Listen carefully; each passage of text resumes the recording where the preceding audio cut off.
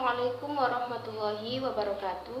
Saya Hidayatul Umah dari Prodi Pendidikan Bahasa dan Sastra Indonesia semester 3 Universitas Islam Majapahit. Kali ini saya membuat video untuk memenuhi tugas dari mata kuliah morfologi yang diampu oleh Bapak Doni Ujiwindi Atmoko. Nah, dalam video ini saya akan membahas tentang morfologi. Jadi, apa sih morfologi itu? Morfologi ialah ilmu linguistik atau bahasa yang mempelajari tentang bentuk kata. Nah,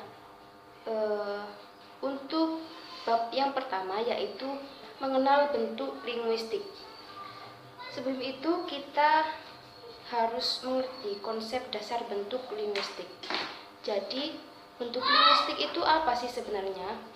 Bentuk linguistik yaitu satuan-satuan ucapan yang diikuti dengan arti, dan itu pastinya satuan-satuan ucapan tersebut diulang-ulang, namun juga dengan diikuti perulangan arti, baik persis maupun mirip. Kemudian untuk bentuk-bentuk linguistik itu dapat berwujud morfem, alomorf, dan juga kata. Nah, untuk arti morfem sendiri yaitu satuan bahasa terkecil yang tidak bisa diurai lagi, berdiri sendiri dan juga fleksibel. Morfem dibagi menjadi dua, yaitu morfem bebas dan morfem terikat. Morfem bebas sendiri yaitu berdiri sendiri dan langsung memiliki makna. Kemudian untuk morfem terikat tidak dapat berdiri sendiri, dan semua imbuhan itu termasuk morfem terikat.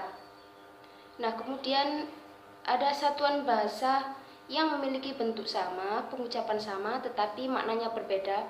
Itu biasa disebut dengan homonim.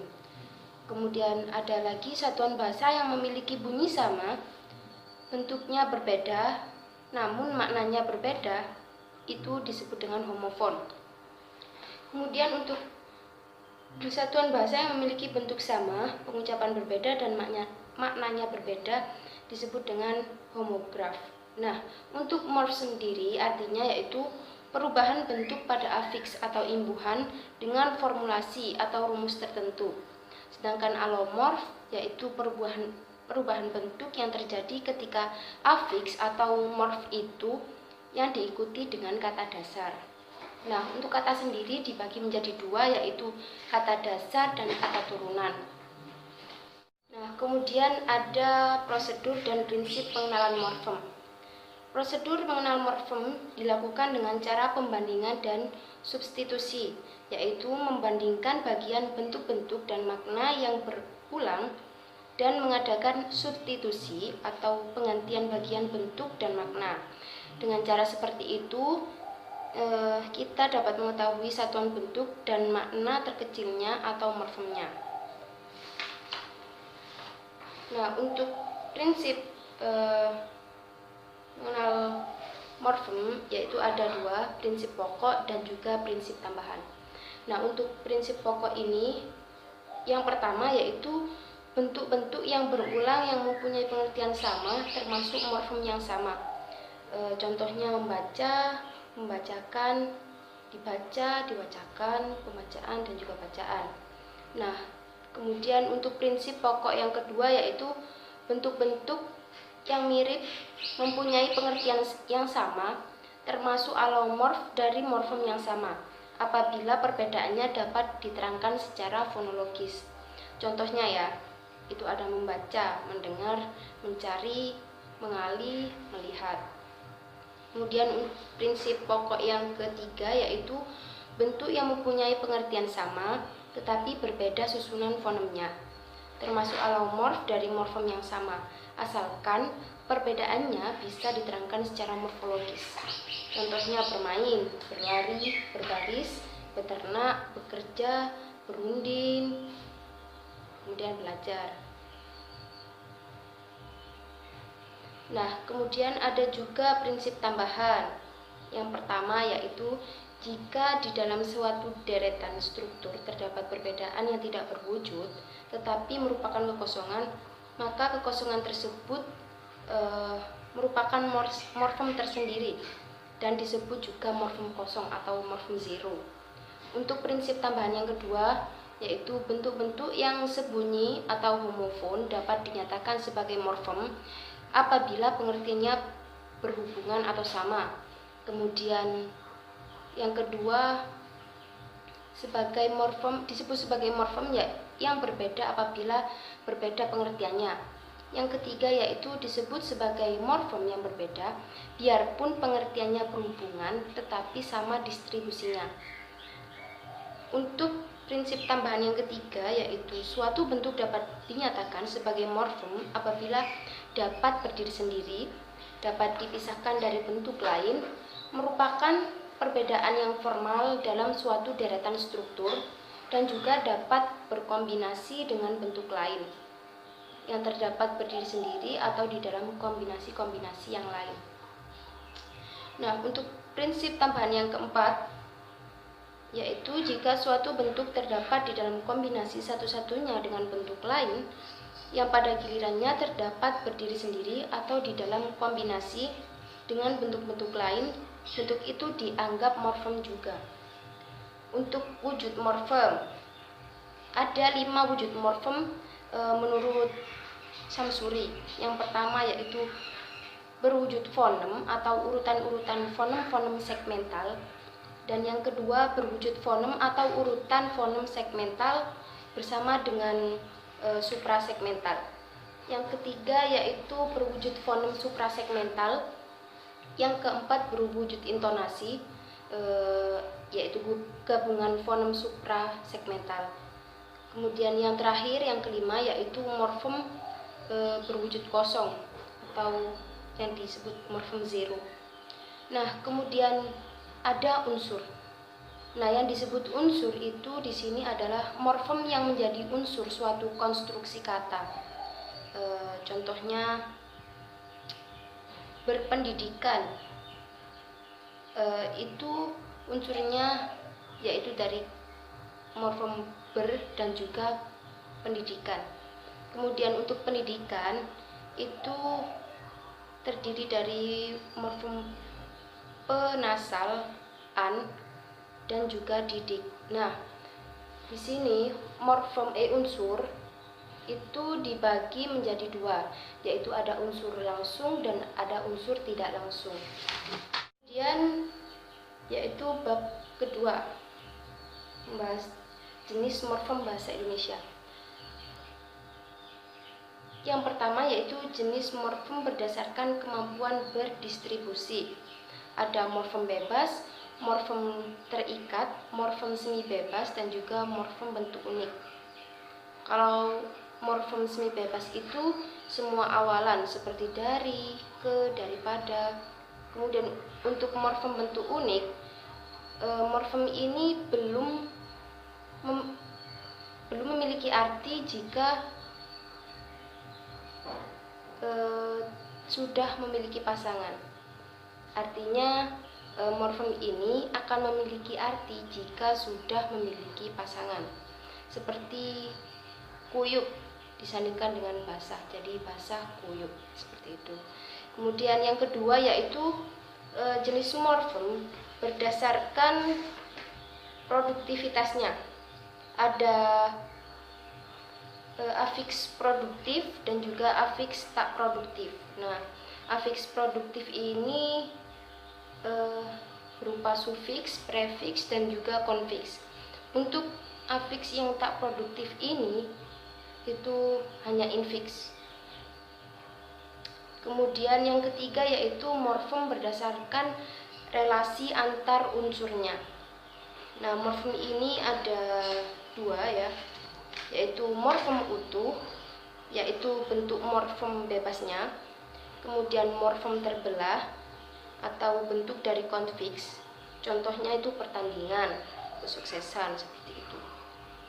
Nah, untuk yang keempat ini morfem berdasarkan sumbernya. Morfem berdasarkan sumbernya ini dapat dikelompokkan menjadi 3, yaitu yang berasal dari bahasa Indonesia asli, kemudian morfem yang berasal dari bahasa daerah yang berada di wilayah Indonesia, dan juga ada morfem yang berasal dari bahasa asing. Kemudian jenis yang kelima yaitu jenis morfem berdasarkan jumlah fonem yang menjadi unsurnya. Itu ada dua, yaitu morfem yang berunsur satu disebut dengan monofonemis, sedangkan yang lebih dari satu fonem yaitu polifonemis. Untuk jenis yang keenam yaitu jenis morfem berdasarkan keterbukaannya bergabung dengan morfem lain. Nah, artinya morfem-morfem dalam pemakaiannya, morfem-morfem bahasa Indonesia ada yang mempunyai kemungkinan bergabung dengan morfem lain, tetapi ada juga yang tidak. Nah, misalnya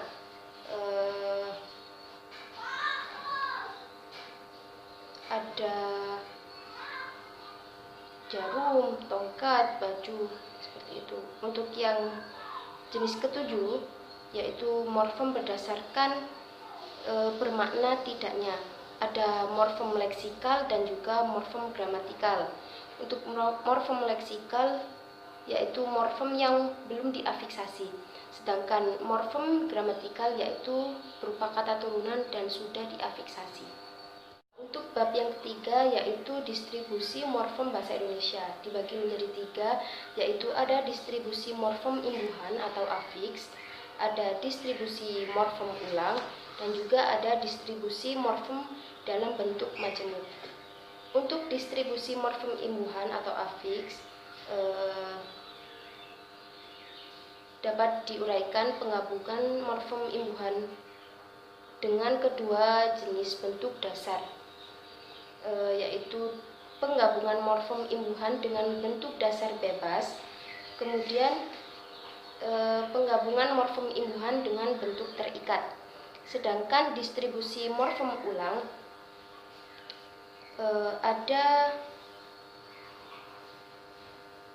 ada dua,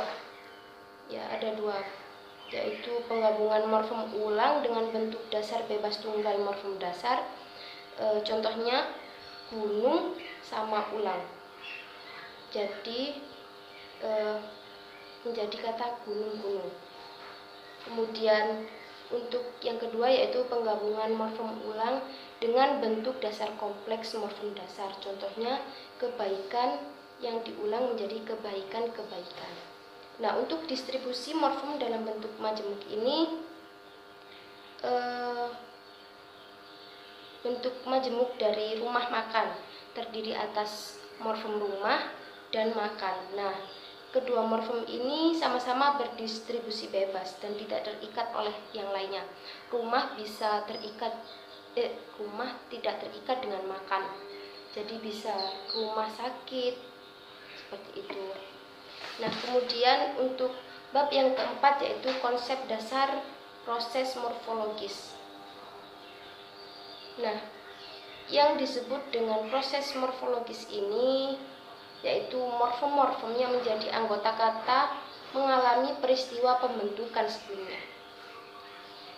Kemudian ciri suatu kata yang mengalami proses morfologis. Nah,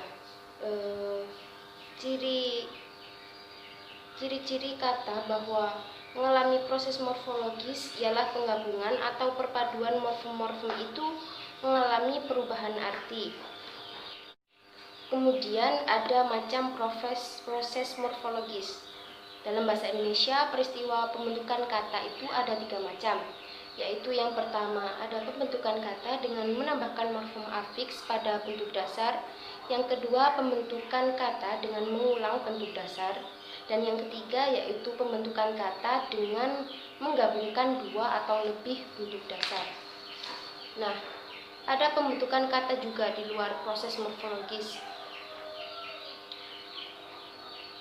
Di luar proses morfologis masih ada pembentukan kata-kata baru dengan proses lain. Yang dimaksud proses ini adalah yaitu akronim, abreviasi, abrevi akronim, kontraksi, clipping, dan juga afiksasi bulletin. Sekian penjelasan dari saya, kurang lebihnya saya mohon maaf. Wassalamualaikum warahmatullahi wabarakatuh.